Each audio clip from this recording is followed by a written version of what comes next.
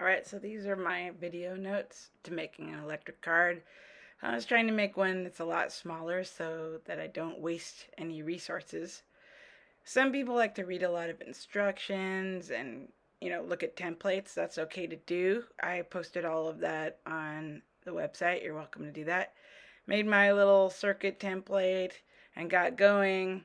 I got all excited. I tried to really fold it in a way where the fold was big enough to hold the battery. So I was trying to be conscientious of a big fold.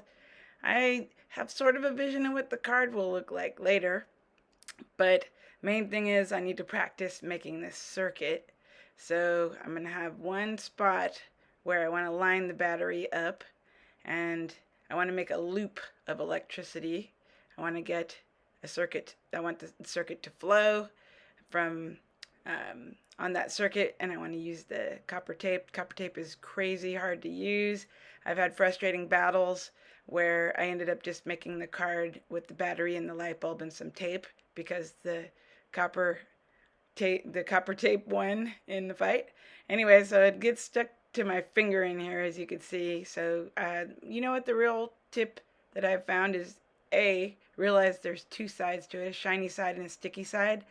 Make sure you are paying attention to keeping that side on the right side. It curled up on me there, so I just took my time. Take your time. And then I was pretty happy with it. Checked that it was all shiny. I did a little happy dance. And then I look at the battery because that matters. I'm not trying to tell you too much information because you should explore.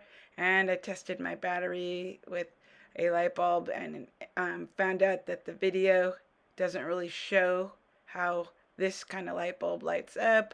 You reverse the light bulb if you're having trouble. Anyway, I went and swapped it out, got a different bulb. Tried that one out. It's still not very glorious. I wanted more light. And then I decided to put it on the circuit after testing it and trying to show it to you. And I looked again at what side of the battery I was putting on, put it down there, and then realized, oh snap, I need to be able to add light to my circuit. So I started over. I went over and looked at the instructions. I read some of the information about the light bulb and got inspired to start again with a new card.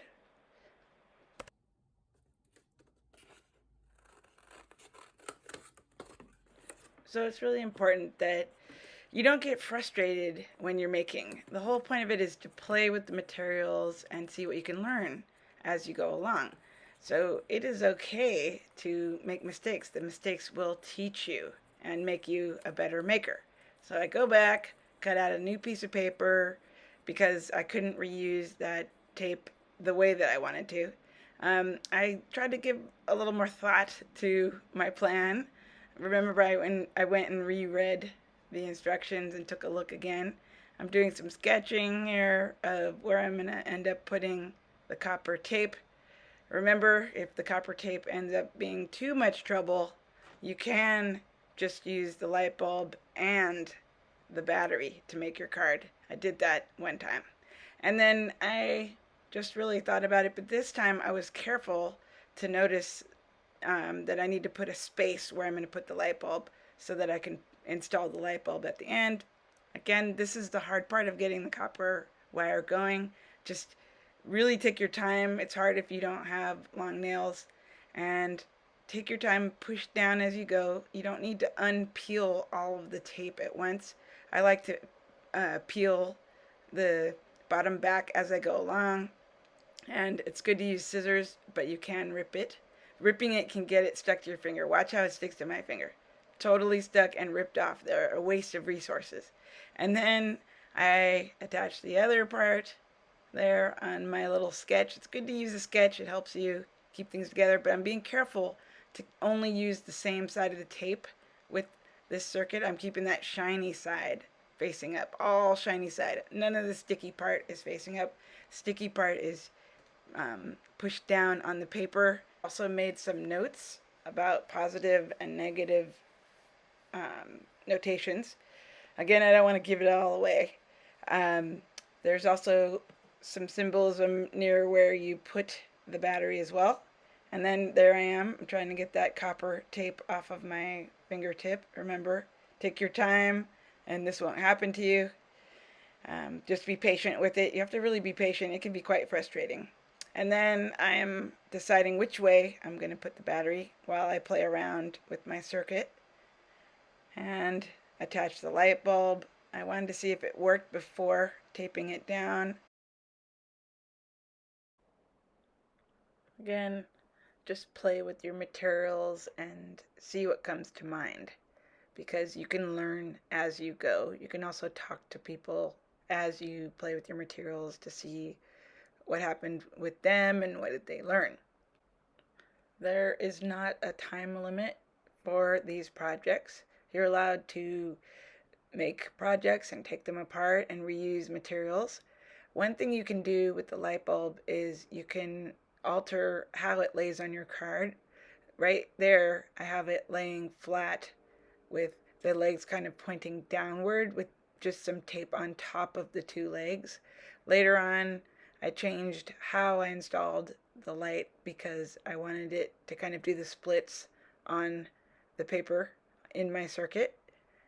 I also used a clip because the clip works sort of as a little switch to turn it on, and you have a clip in your packet because I put clips on every single packet thinking of this project.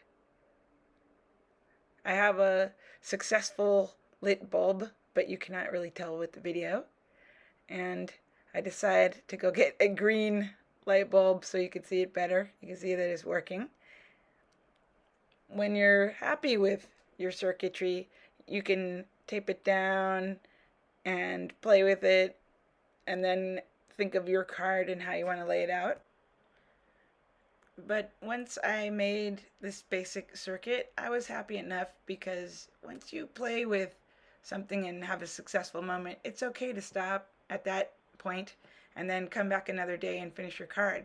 So this is what I have as my rough draft. And the important thing is at the very end, you have to take your circuit and make sure that your battery is no longer attached, or else your battery will drain.